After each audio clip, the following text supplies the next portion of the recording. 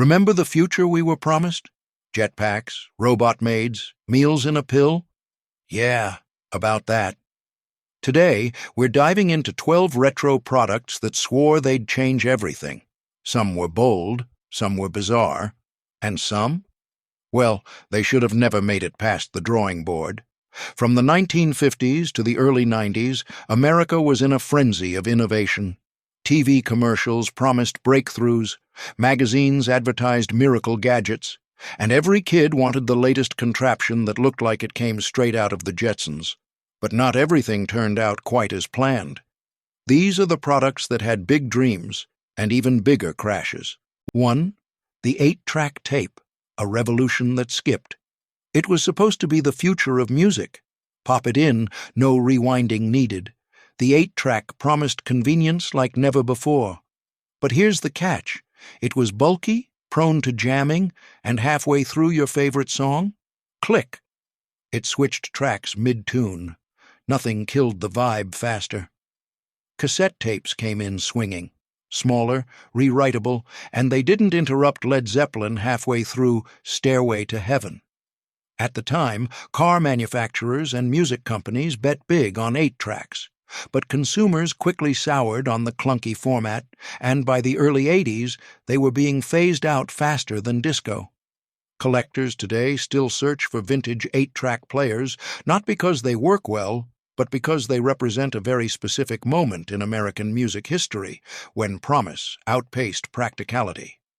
In hindsight, the 8-track's failure paved the way for more compact and user-friendly innovations. It showed the world that portability and flexibility would win out over gimmicks. It also taught companies that sometimes the race isn't about the first one to launch. It's about the one that listens to how people actually use their tech. 2. The Floby, the hair-cutting vacuum. Save hundreds on haircuts, they said. Do it at home. The Floby attached to your vacuum and lets you cut your own hair. But unless you had surgeon-level precision, you ended up looking like someone trimmed your hair with a weed whacker. Infomercials made it look so easy. In real life, kids were traumatized, dads were banned from the bathroom, and barbers stayed in business. It gained a cult following during lockdowns, but even then, most people realized some things are better left to the professionals. The Floby became the go-to gag gift at white elephant parties, a symbol of DIY gone wrong, but also a quirky reminder of a time when we thought we could solve any problem with a vacuum cleaner. Even today, it represents a kind of weird optimism, the belief that technology could turn anyone into a home barber. But all it really did was create a generation of lopsided bangs, uneven fades, and family photos we'd all like to forget. 3. The Sinclair C5, the plastic electric dream. The 1985 Sinclair C5 was a tiny electric trike that looked like a cross between a golf cart and a toboggan. It promised to revolutionize urban transport, but with a top speed of 15 miles per hour, no weather protection, and zero crash safety, it was less transportation revolution and more rolling joke. Also, you sat so low that drivers couldn't see you. Good luck surviving a four-way intersection. It became a punchline in British media and a case study in how not to launch a personal vehicle. Even worse, it launched into a world that wasn't quite ready for electric transport. The infrastructure didn't exist. The roads weren't friendly, and the public just wasn't sold on the idea of commuting inside a glorified plastic sled. Despite its failure, the C5 is now a cult classic. Tech museums showcase it as an ambitious leap ahead of its time. And with the rise of e-scooters and EVs today, it's fair to say Sinclair's vision wasn't wrong, just premature, poorly executed, and way too goofy-looking. 4. Betamax, better than VHS but still lost. Betamax had sharper video and better sound. Tech-wise, it beat VHS. But Sony made one mistake: shorter recording time. Consumers chose convenience over quality. VHS gave them more minutes per tape, and in the format war, minutes mattered. By the 90s, Betamax was history, but die-hard fans still argue it was robbed. Even so, the format war taught tech companies a hard lesson. Being first and best doesn't always mean winning. Sony also restricted licensing for Betamax, limiting its market reach. Meanwhile, VHS was picked up by multiple manufacturers, flooding the shelves and beating Betamax with sheer volume. A classic case of good tech, bad strategy. Eventually, Betamax became a forgotten footnote, but its legacy lives on in how we view home media. It's a reminder that better specs don't matter if nobody can afford or even access the product. 5. Clairol touch of yogurt shampoo, dairy disaster. In the 70s, natural was in. So Clairol thought, why not combine yogurt with shampoo? What could go wrong? Turns out, putting dairy on your head isn't as refreshing as it sounds. People were confused. Some thought it was edible. Some actually ate it. The scent didn't help either. Spoiled milk and wet dog aren't exactly what you want in a hair product.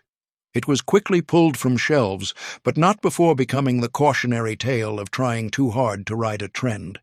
The packaging didn't help either. It looked more like a yogurt parfait than a personal care item. Shoppers mistook it for food, and product reviewers ridiculed it in droves. It was a marketing disaster wrapped in a plastic bottle. It goes down in history as one of those classic cases where marketers got so caught up in trends that they forgot about, well, common sense. It's an example still cited in advertising circles of what happens when you let novelty override logic. 6. New Coke, the cola catastrophe. Ah, yes, the classic blunder. In 1985, Coca-Cola tried to reinvent itself. Sweeter, smoother, a new formula for a new generation. Problem was, nobody asked for it. Americans were furious. Protests broke out. People hoarded the original Coke. Just 3 months later, Coca-Cola brought back the old formula, now labeled Coca-Cola Classic. Lesson? Don't mess with a good thing. The backlash was so intense, it's still studied in marketing classes as a masterclass in brand loyalty and how to nearly ruin it. Even Coca-Cola executives admitted they underestimated just how attached people were to the original taste. The emotional connection to that red can ran deeper than flavor. It was tied to memories, family gatherings, and Americana itself. New Coke wasn't just a mistake. It was a betrayal. 7. Laserdisc. Big, beautiful, and completely impractical. Laserdiscs looked like giant CDs and offered crystal-clear video. Ahead of their time, really. But they were huge, like vinyl record huge. Players were expensive, and the discs themselves couldn't store an entire movie without flipping. You had to get up, turn it over, and resume. Imagine doing that during a suspense scene. No thanks. Even though cinephiles loved the quality, the bulk and cost made it a niche item that never broke into the mainstream. Retailers struggled to sell them. Parents didn't want another massive machine cluttering the living room. And by the time Laserdisc had a chance to gain momentum, DVDs swept in with better storage, smaller size, and no need to interrupt a movie for a manual disc flip. Ironically, the technology behind Laserdisc laid the groundwork for modern digital media. But at the time, it was like bringing a bazooka to a water balloon fight. 8. The Apple Newton, the OG iFlop. Long before the iPhone, there was the Newton, a personal digital assistant, handwriting recognition, notes, contacts, revolutionary. Except, the handwriting feature barely worked. It misread nearly everything. Even your grocery list looked like ancient code. Add a steep price tag and bulkiness, and Newton was doomed. But it paved the way for the Palm Pilot, the BlackBerry, and eventually, Steve Jobs' comeback with the iPhone. Despite its flaws, Newton was ahead of its time. Sometimes being too early is just as bad as being wrong. The Newton earned praise from tech enthusiasts, but was mocked in pop culture. Even The Simpsons made fun of its poor handwriting recognition. Still, it sparked ideas that would evolve into the smartphone, proof that even a failure can lay the first brick in a future empire. 9. The Segway, the future of walking, sort of. When the Segway launched, it was hyped as the thing that would replace walking. Seriously. Inventors said cities would be redesigned around it. Everyone would glide through the future. But it never caught on. Too expensive, too geeky, and you still looked ridiculous on one. It found a niche with mall cops and tourists, but the revolution never rolled in. Ultimately, the Segway was a solution in search of a problem, and most people decided walking worked just fine. Its failure wasn't about function, it was about image. The average person didn't want to zoom down the sidewalk looking like a sci-fi traffic cone.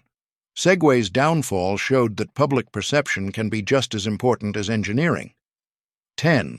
Microsoft's Zune, the iPod killer. That wasn't Microsoft, saw Apple dominating with the iPod and said, "We can do that too." Enter the Zune.